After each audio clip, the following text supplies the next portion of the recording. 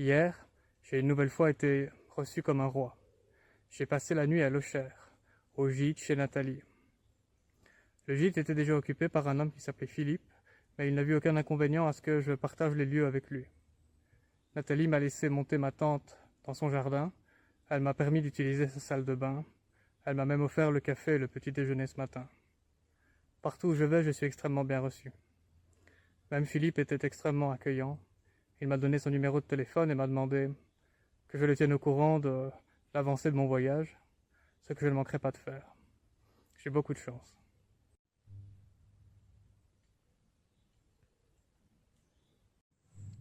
Aujourd'hui, j'envisage à nouveau de faire une petite étape. On se dirige vers Clermont en Argonne, qui est la localité la plus proche d'ici. Elle n'est pas très loin, un jet de pierre en fait.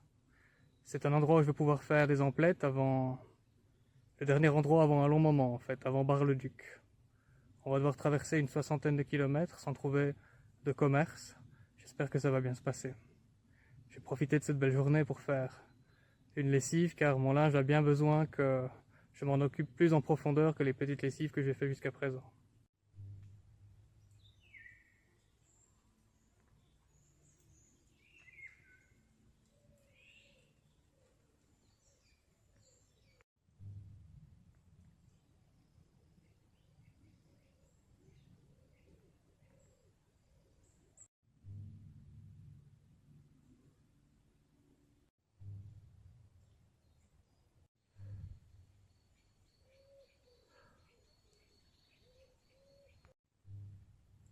Ces derniers jours, j'investiguais la nature de la pensée. Je me demandais si la pensée n'avait pas la faculté de créer sa propre réalité, si elle n'est pas un mouvement de la mémoire, qui se manifeste comme une opinion, une certitude, ou un doute, un jugement, ou même dans le sommeil paradoxal le rêve. Et si le rêve ne nous enseignait pas que la pensée a bel et bien la faculté de créer sa propre réalité, sa propre certitude. Je suis certain que ce que je vis maintenant est réel. Je suis certain que mon opinion, ma croyance est la bonne opinion et la bonne croyance, et que quiconque soutient le contraire a tort. Au fond, la pensée ne nous a-t-elle pas divisés, dressés les uns contre les autres, amenés à la guerre? Et la guerre ne vient-elle pas détruire toutes les choses utiles que la pensée avait créées au préalable? Il se pourrait que dans la réalité alternative qu'elle se crée, dans cet espace psychologique que nous appelons le royaume ou la république, dans ce temps psychologique où les choses nous semblent passer plus ou moins rapidement ou lentement, il me semble que dans cette réalité augmentée, dont le cœur est peut-être moi, une construction mentale imaginaire qui ne peut pas être maintenue 24 heures sur 24, mais qui se dissout dans le sommeil profond, et pourtant cessons-nous d'exister dans le sommeil profond.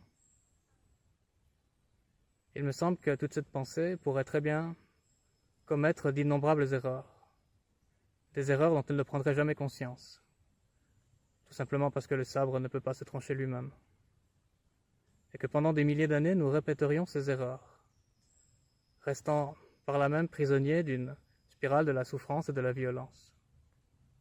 Nous cherchons des solutions, mais nous n'en trouvons jamais. La pensée aurait-elle confondu la source de la souffrance avec l'objet de la souffrance? La pensée en viendrait-elle à faire un amalgame entre le plaisir et le bonheur? Le plaisir ne serait-il pas au fond quelque chose qui brûle comme un feu de paille? Ne serait-il pas une hormone sécrétée par le cerveau qui se dissout dans l'organisme? En reste-t-il quelque chose une fois qu'elle a fini de se dissoudre? L'accumulation de ces feux de paille mène-t-il vraiment au bonheur?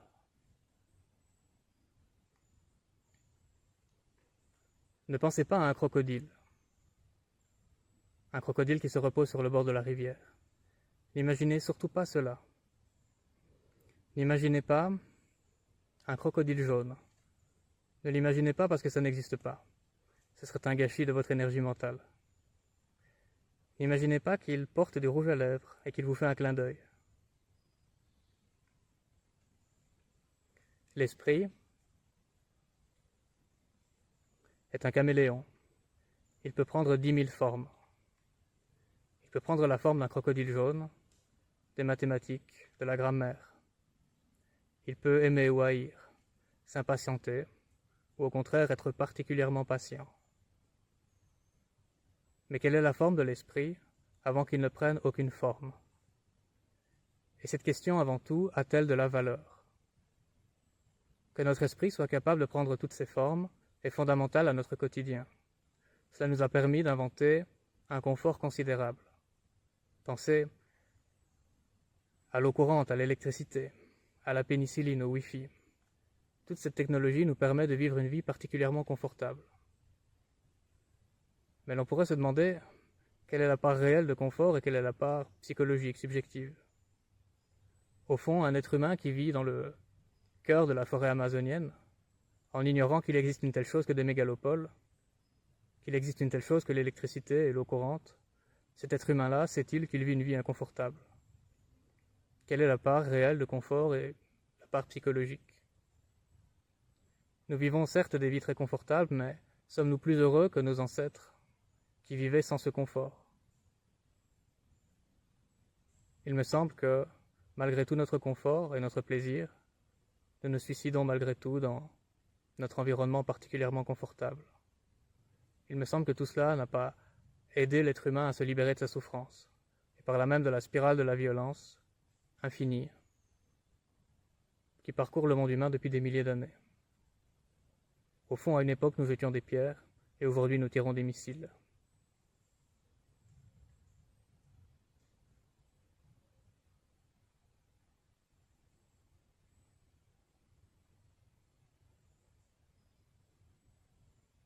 Je suis un communiste, et je veux créer une société où tous les êtres humains peuvent être heureux. Mais je suis confronté à l'échec de ma tentative. Je vois qu'elle a échoué dans le bloc de l'Est, et également en Afghanistan, et au Vietnam, et à Cuba, et en Amérique du Sud. Je vois que toutes les tentatives ont échoué. Et j'en viens à comprendre que de répéter les mêmes erreurs et d'espérer un résultat différent ne mène nulle part. L'humanité, depuis des milliers d'années, est confrontée à ce problème de la souffrance, que nous ne parvenons pas à résoudre. Notre esprit a pris de multiples formes, mais il semblerait qu'aucune d'entre elles, aucune des stratégies politiques, religieuses que nous ayons appliquées jusqu'ici n'ait fonctionné.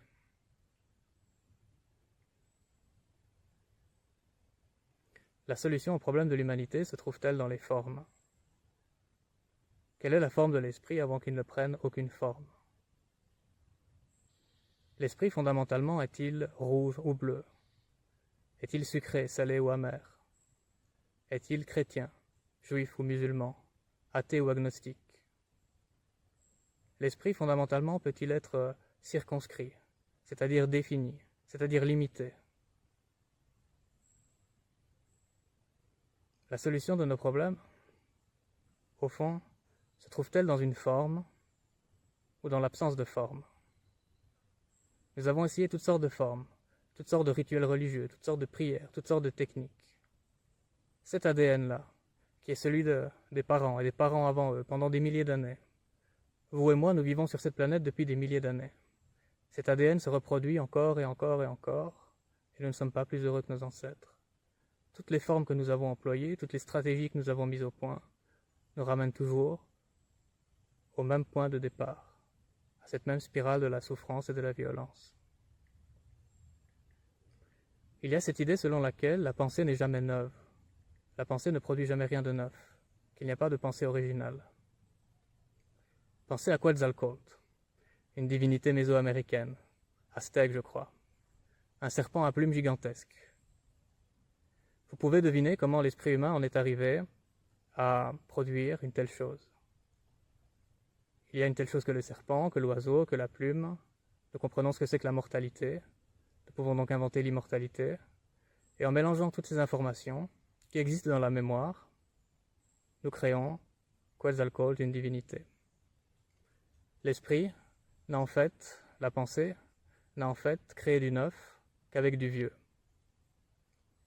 Pour inventer l'OVNI, l'esprit n'a-t-il pas eu besoin d'abord d'inventer le cerf-volant, et puis l'avion, et puis le télescope?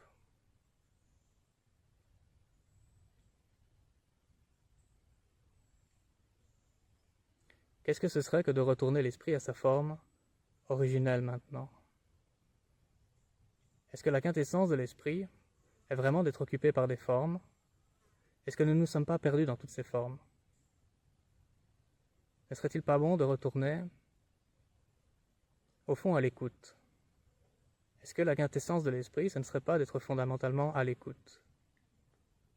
L'être humain ne serait-il pas toujours dans un état de méditation, de pleine conscience? Lorsque nous prenons une douche, il y a la conscience de la température de l'eau, le contact de cette eau qui s'écoule sur le corps. Il y a le bruit de la douche, il y a le parfum du shampoing. L'esprit s'est dissocié, la pensée s'est dissociée. Elle a créé un temps psychologique, un passé, un futur imaginaire, et elle est perdue dans ce monde-là. Mais si l'énergie devait être transvasée depuis la pensée jusqu'à l'attention, et que l'attention revenait sur le réel, ici et maintenant, au fond, ne réalisons-nous pas que nous sommes toujours dans un état de pleine conscience?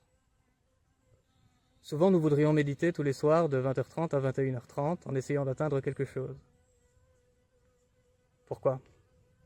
Pourquoi voudriez-vous vivre votre vie pleinement 1 heure tous les soirs entre 20h30 et 21h30 en étant assis sur un coussin? Pourquoi ne pas vivre sa vie pleinement à chaque minute? Pourquoi ne pas revenir ici et maintenant, dans cet esprit, dans cette écoute, dans cet esprit libre de forme, à chaque minute? Y a-t-il là de la valeur?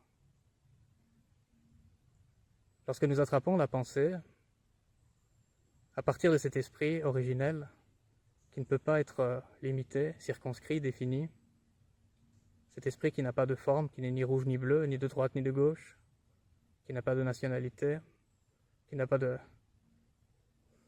d'allégeance à quoi que ce soit, qui est au-delà de tout ça, qui n'a pas encore créé de forme, la pensée, à ce moment-là, ne se dissout-elle pas comme un fantôme, comme un mirage? Et qu'en est-il de la souffrance? Vous savez, nous souffrons et puis nous essayons de trouver toutes sortes de solutions. Il y a eu le communisme, mais il y a eu tellement d'autres solutions tellement d'autres tentatives qui ont été menées pour résoudre les problèmes que l'être humain rencontre. Il semblerait que toutes ces tentatives aient échoué. Et si la solution à nos problèmes se trouvait dans l'absence de forme, dans une écoute inconditionnelle du problème lui-même, plutôt que de partir du problème et d'essayer d'inventer une solution à partir de la pensée, plutôt que de pratiquer en réalité la continuation du problème, pourquoi ne pas agir directement sur le problème lui-même, à partir de la non-forme? Je ne voudrais pas que cette explication ait l'air d'être quelque chose de tout à fait abstrait. Pour moi, c'est au contraire tout à fait concret. Qu'est-ce que c'est ici et maintenant que de trouver en soi la souffrance et de rester avec elle, d'en être totalement à l'écoute? Y a-t-il là de la valeur?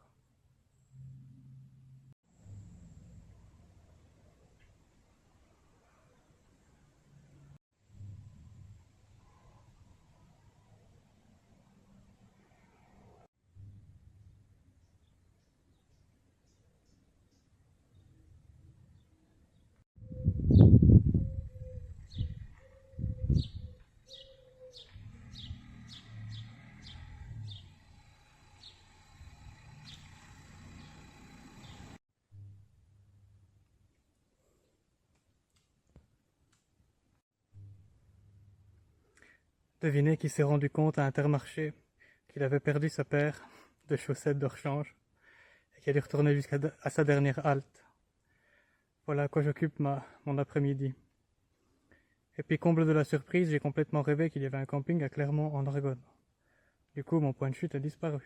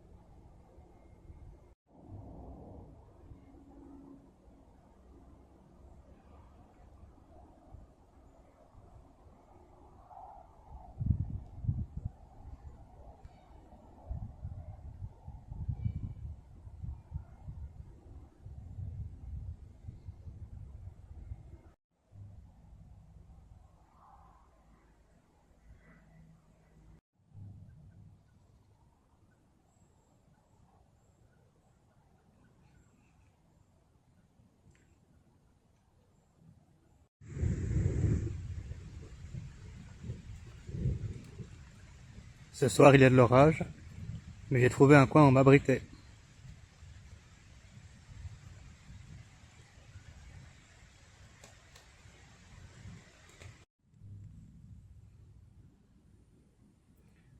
J'ai fini par m'endormir pendant l'orage, bercé par le son de la pluie. Tout à l'heure, lorsque j'ai pris conscience de mon erreur, celle qu'il n'y a pas de campement à...